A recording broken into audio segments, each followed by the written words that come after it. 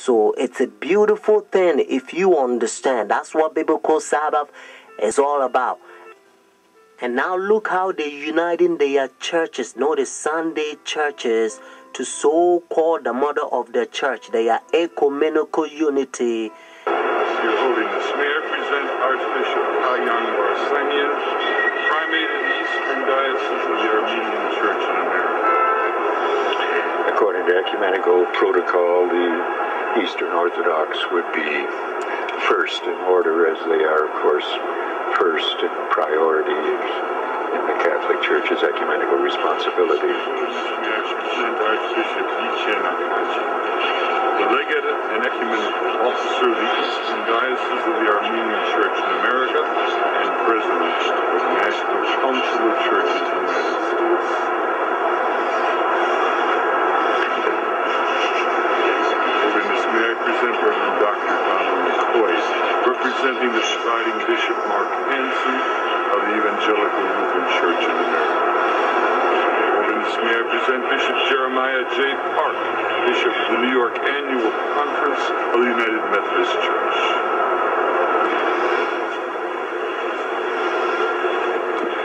Your Holiness, may I present Reverend Wesley Granberg Michelson, the General Secretary of the Reformed Church in America. Your Holiness, may I present Reverend Dr. Clifton Kirkpatrick, the stated clerk of the General Assembly of the Presbyterian Church in the United States.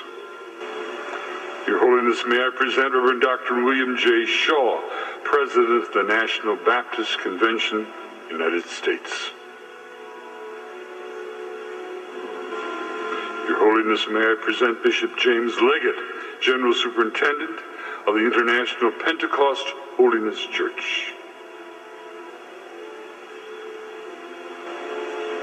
Your Holiness, may I present Dr. Leith Anderson, President of the National Association of Evangelicals. Your Holiness, may I present Bishop David H. Benke, President of the Atlantic District of the Lutheran Church, Missouri Synod. Your Holiness, may I present Reverend Dr. A.R. Bernard Sr., President of the Council of Churches of the City of New York.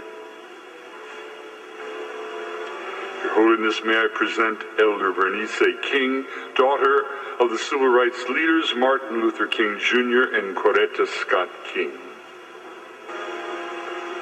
Your Holiness, may I present Reverend Jimmy Song Ji Lim, Executive Director of the Council of Churches of the City of New York. Your Holiness, may I present the Right Reverend Mark Sisk, Bishop of the Episcopal Diocese of New York. Friends, do you understand the language? Your Holiness, and this is how they call this power. He think he is God.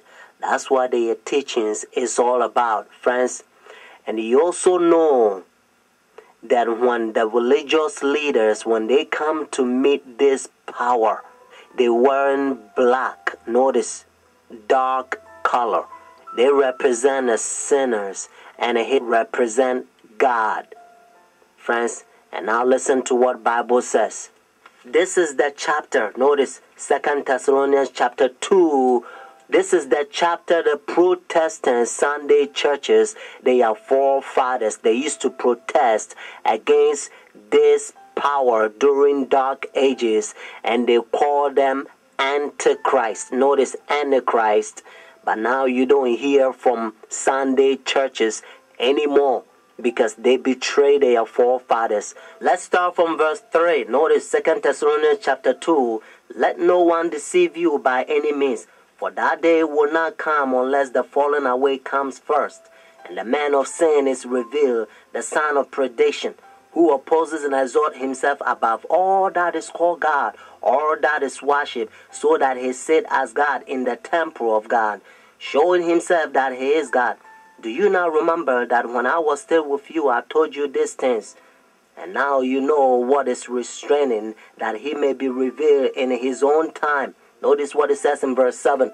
For the mystery of lawlessness is already at work. Only he who now restraining will do so until he is taken out of the way. And then the lawless one will be revealed, whom the Lord will consume with the breath of his mouth and destroy with the brightness of his coming.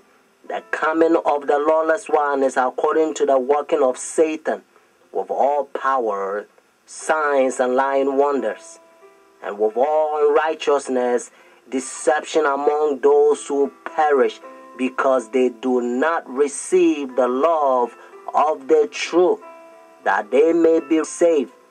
When a Catholic Jesuit learns Sunday churches, their doctrine, and Vatican II, when they infiltrate their churches, and they draw all their churches, notice, to so-called the mother of the church, because they know their doctrine and they can answer questions and preach and teach.